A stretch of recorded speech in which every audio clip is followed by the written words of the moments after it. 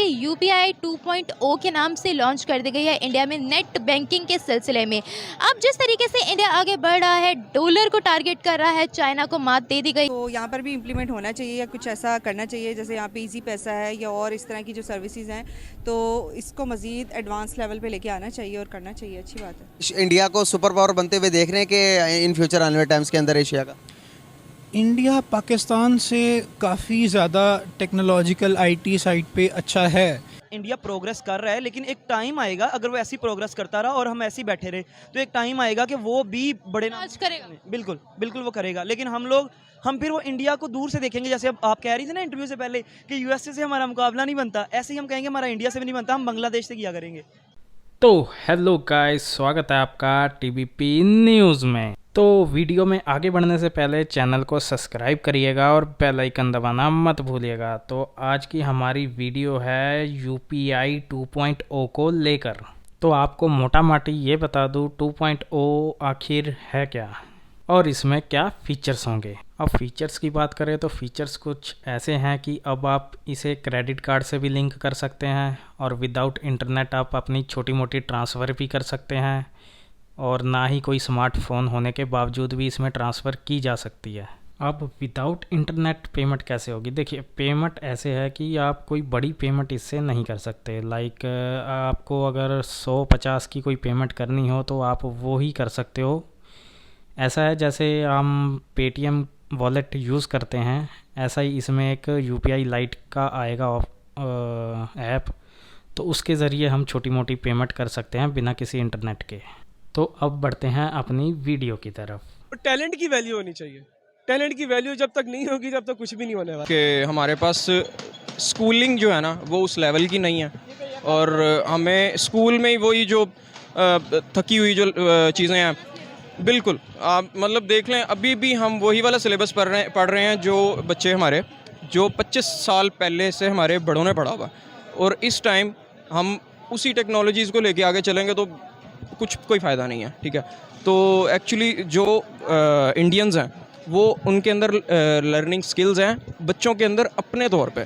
ठीक है, इसी तरह से जिस तरह चाइना में है और अमेरिका में तो इवन 10-10 साल के बच्चे फ्रीलांसर्स हैं, और हम यहाँ पे बिल्कुल इंडिया में भी एक 10 साल का बच्चा है जो कि ब्रांड एम्बेसडर है जी, और पाकिस्तान में 10 साल के बच्चे को अपना इंट्रो नहीं दे रहा होता, और यही फ़र्क है।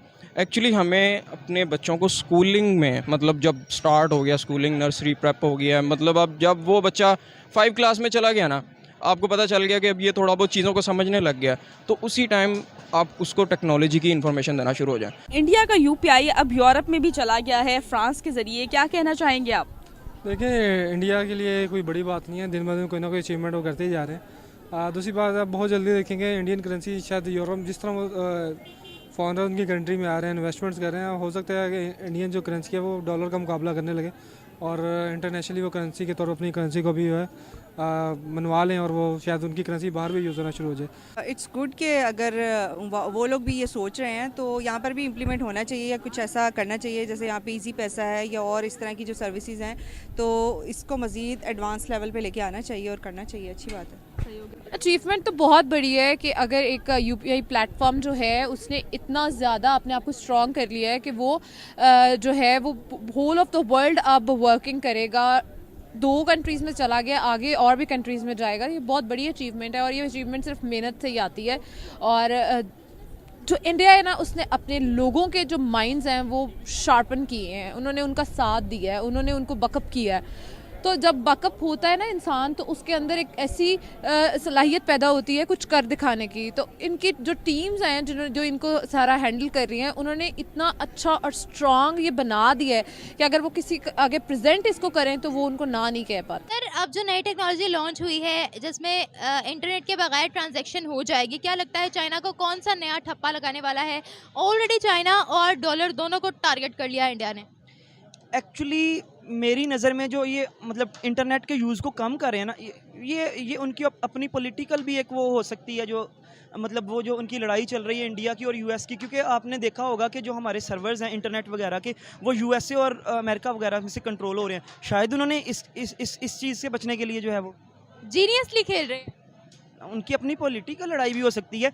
ज़रूरी तो नहीं है इसमें पाकिस्तान और इंडिया को कोई फ़ायदा या नुकसान है। वो अपनी ईगो को सेटिस्फाई करने के लिए शायद वो यूएसए को, जैसे उन्होंने कहा था आईफोन की मार्केट जो है वो सबको पीछे छोड़ना चाह रहे हैं। यही एक वजह है। एक टाइम आएगा अगर वो ऐसी प्रोग्रेस करता रहा और हम ऐसे ही बैठे रहे तो एक टाइम आएगा कि वो भी बड़े लॉन्च करेगा। बिल्कुल बिल्कुल वो करेगा, लेकिन हम फिर वो इंडिया को दूर से देखेंगे। जैसे अब आप कह रही थी ना इंटरव्यू से पहले कि यूएसए से हमारा मुकाबला नहीं बनता, ऐसे ही हम कहेंगे हमारा इंडिया से भी नहीं बनता, हम बांग्लादेश से किया करेंगे। तो गाइज़ ये थी पाकिस्तानी आवाम की राय। तो खैर मिलते हैं ऐसी किसी नेक्स्ट वीडियो में, तब तक के लिए पीस आउट एंड जय हिंद।